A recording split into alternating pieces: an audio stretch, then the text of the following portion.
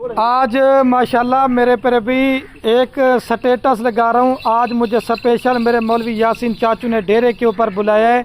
ये माशाल्लाह मेरे पर भी 11 बकरियाँ हैं और ये एक साथ में माशाल्लाह बब्बर शेर ब्रीडर भी, इसी ब्रीडर से ये बकरियां क्रॉस हुई है। दोबारा पेट में इसके अंदर बच्चे हैं 11 बकरियां और इनके साथ जो 22 बच्चे हैं ना, वो ये है मेरे पर भाई 22 बच्चे। आपका फार्म बन गया है। अभी चाचू से इनका लेते हैं।